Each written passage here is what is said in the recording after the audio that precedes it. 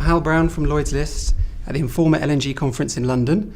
I'm here with John LaRue, the Executive Director of the Port of Corpus Christi. John, we've heard a lot about US LNG exports this morning, but not many of these projects have been approved, although there are a fair few in the pipeline. What are the concerns with these US export projects as far as you're concerned? Well, there are a lot, and they've got to go through a number of different reviews, both at the federal, state, and local level. And all three of them are completely different, so you don't go through them sequentially. And it does make it go longer. I think the federal regulatory side has started to get their act together, and we've started to see some of the projects come through the pipeline. And on the state and local side, it really depends on where the projects are located. The projects in the Gulf of Mexico, in states where they're used to oil production and chemical facilities, seem to be moving a lot faster than the East and West Coast, where there seem to be more environmental and safety concerns. Not that the Gulf doesn't have them, but they just sort of stress those, not just on these projects, but on most port projects. So that's been a hurdle that those two areas have to overcome. Sure. And I know we have the, I think it's called America's Energy Advantage, a coalition of companies that want to limit the exports of US LNG. I mean, how do you see their power and their ability to do that and lobby the government? Well, so far they haven't been very successful. I think because there's only a few of the major chemical companies that are really part of that, and some of the gas utility companies that are in that also.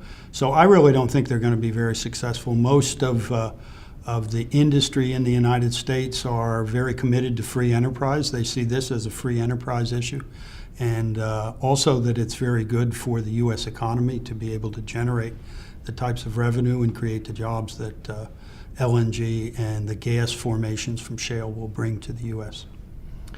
And working for a shipping paper, we are very interested in the new flexibility in the LNG shipping industry. In the old days, you'd have vessels on 30-year contracts going from A to B, but now they're moving around all over the place. And it's said that the US projects will increase that flexibility because there are short-term contracts or shorter-term contracts, and they have flexibility in their destination. Can you just talk about that flexibility a little bit? Well, I think that's part of what we'll all see from the LNG projects in the U.S. is a lot more flexibility.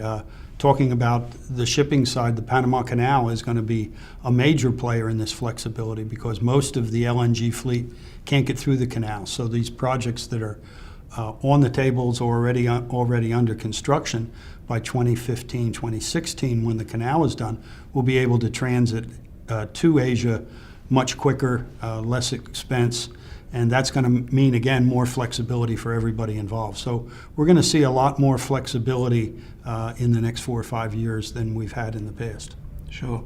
And just lastly, do you see, if we're talking about North America as a whole, do you see more Canadian LNG going out to Asia in the future? I know they've got plans there to export there. Is that something that's going to happen? I think the Canadians seem to be very pragmatic in their approach to energy, and I think they'll be very successful there. We still think that a lot of the Gulf port opportunities are going to be not just for Europe but for Asia.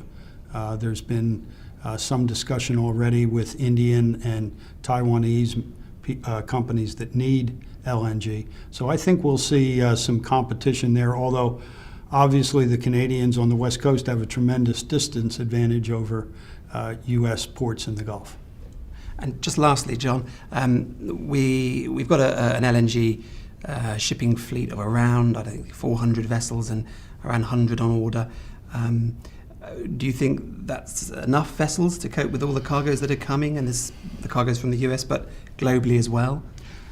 I don't know that we can tell yet. It's kind of like going back to the question on the Panama Canal. I think it's still unknown how the canal expansion is going to be used, and I think people really don't have a good handle yet on what the size of the fleet needs to be to deal with this change in LNG. But I think there's no question we're going to need more to the fleet.